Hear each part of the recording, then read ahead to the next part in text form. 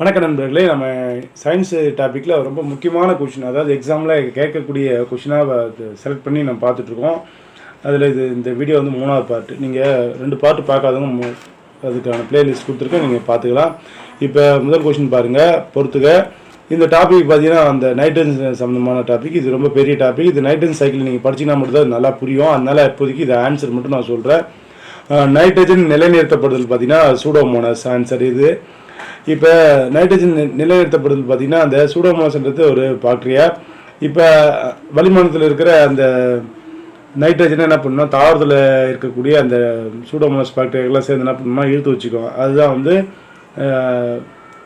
அதாவது பொருளாக இருக்க வாயு நிலையில் இருக்கக்கூடிய அந்த நைட்ரஜனை வந்து தாவரம் வந்து இழுத்து அது ஒரு உணவுப் பொருளாக மாற்றி அந்த நைட்ரஜன் சத்தை தாவரத்துக்கு கொடுக்கும். அதன் மூலம் என்ன ஒன்றா அதிகப்படியான உற்பத்தி ஏற்படும். அதுதான் வந்து நைட்ரஜன் நிலைநிறுத்தப்படுதுன்னு சொல்கிறோம்.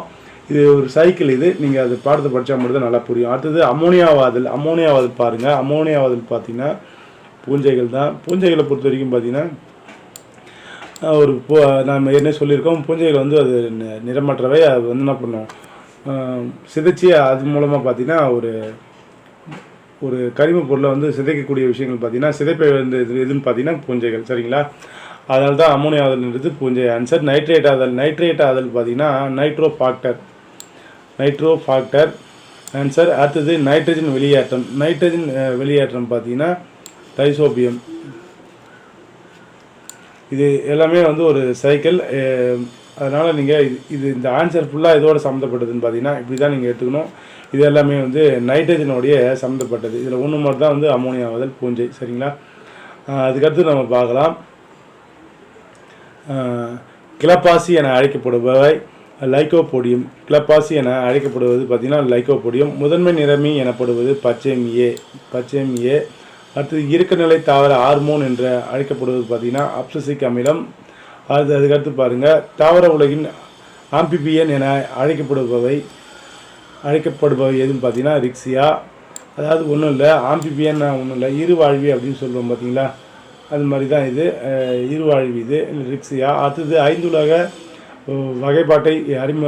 வகைப்பாடு முறையை அறிமுகப்படுத்தியவர் யாருன்னு பார்த்தீங்கன்னா ஆர்ஹெச் விட்டேகர். இவர் வந்து பார்த்தீங்கன்னா 5 உலக வகைப்பாட்டை அறிமுகப்படுத்தியவர் தான்.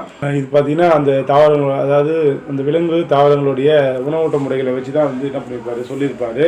இடப்பெயர்ச்சி, உணவு ஊட்டம், அதோடைய செல்கள், இதை புரோட்டோசோவா, இதெல்லாம் வந்து எல்லாத்தையுமே இவர் வந்து பக்காவாக கொண்டு வந்து வச்சுருப்பார் இவர். இது ரொம்ப முக்கியமான ஒரு கொஷின். சூரிய பனித்துளி தாவரம் என அழைக்கப்படுவது பார்த்திங்கன்னா ட்ரெஸ்ஸிரா பார்த்திங்கன்னா சூரிய பனித்துளி தாவரம் என்று அழைக்கப்படுகிறது. அதுக்கடுத்து பாருங்கள், இயற்கை வகைப்பாட்டு முறையை அறிமுகப்படுத்தியவர் யார் பார்த்தீங்கன்னா பெந்தமன் ஊக்கர் தான். நார்கள் கொண்டுள்ள திசு எது பார்த்தீங்கன்னா ஸ்கிலிரன் கைமா. அதுக்கடுத்து பாருங்கள், நிலவு மலர் என அழைக்கப்படும் தாவர மலர் எது பார்த்தீங்கன்னா நிலவு மலர் என்று அழைக்கப்படக்கூடிய தாவர மலர் எதுன்னு பார்த்தீங்கன்னா ஜெஃபோமியா ஆல்ஃபா.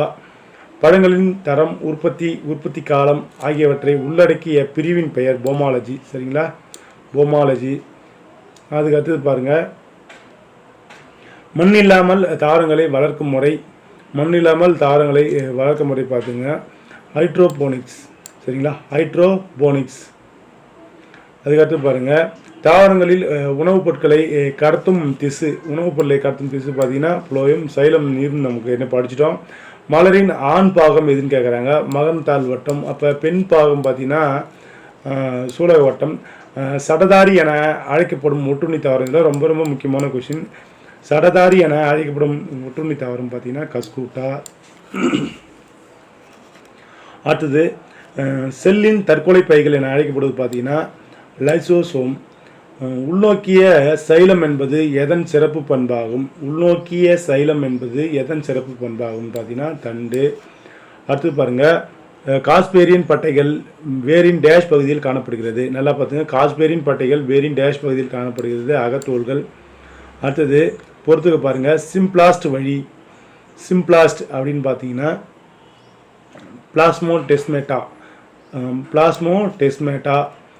அடுத்தது நீராவி போக்கு பொறுத்த வரைக்கும் பார்த்தீங்கன்னா இலையில் தான் நடக்கும், நமக்கு எல்லாமே தெரியும். இலையில் கியூட்டிகள், லென்ஸ் செல்கள் எல்லாமே இருக்குது. இதுதான் வந்து நீராவி போக்கை கட்டுப்படுத்துகிறது. இலைத்துளைகள் மூலமாகவும் நீராவி போக்கு நடக்கிறது.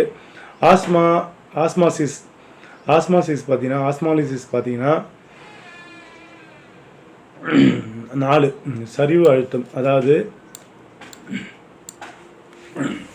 சரிவு அழுத்தம்னா நமக்கு தெரியும், ஒரு செறிவான பகுதி செறிவு குறைவான பகுதி செறிவு அதிகமான பகுதியை நோக்கி போகிறது. இதை பற்றி தான் நம்ம சொல்கிறோம். இப்போ செறிவு உதாரணத்துக்கு சிம்பிளாக சொல்லணும்னா, எந்த பகுதியில் வந்து அடர்த்தி குறைவாக இருக்குதோ அந்த பகுதியை நோக்கி என்ன பண்ணும், அடர்த்தி அதிகமுள்ள திரவம் அதை நோக்கி போகும். அதுதான் வந்து ஆஸ்மாலிசிஸ் அழுத்தம்னு சொல்கிறோம்.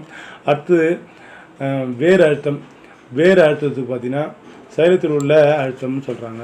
அதாவது நீரை கடத்தக்கூடியது எதுன்னு பார்த்தீங்கன்னா சைலம். சரிங்களா? அப்போ அங்கே ஒரு ப்ரெஷர் இருந்தால் தான் தண்ணி தண்டு நோக்கி மேலே போகும். அப்போ வேறு அழுத்தம் என்பது சைலத்தில் உள்ள அழுத்தம். இலைகள் மூலம் இனப்பெருக்கம் செய்யும் தாவரம் பார்த்தீங்கன்னா பிரியோபில்லம். கட்டி போட்டால் குட்டி போடும் தாவரம் என்று நம்ம படிக்கக்கூடியது பார்த்தீங்கன்னா பிரியோபில்லம். சரிங்களா? அடுத்தது மெண்டலின் கருத்துப்படி அல்லீல்கள் கீழ்கண்ட பண்புகளை பெற்றுள்ளன. மெண்டலின் கருத்துப்படி அல்லீல்கள் கீழ்கண்ட பண்புகளை பெற்றுள்ளன. பண்புகளை நிர்ணயிப்பது. சரிங்களா? நம்ம ஒரு பண்புகள் பேர் பண்புகள் அதில் தான் சொல்லியிருப்பார். அதை வச்சு நம்ம பண்புகளை நிர்ணயிப்பதுன்னு சொல்லிடலாம். வேற்றுவிகளானது ஒரு என்னன்னு கேட்டிருக்காங்க.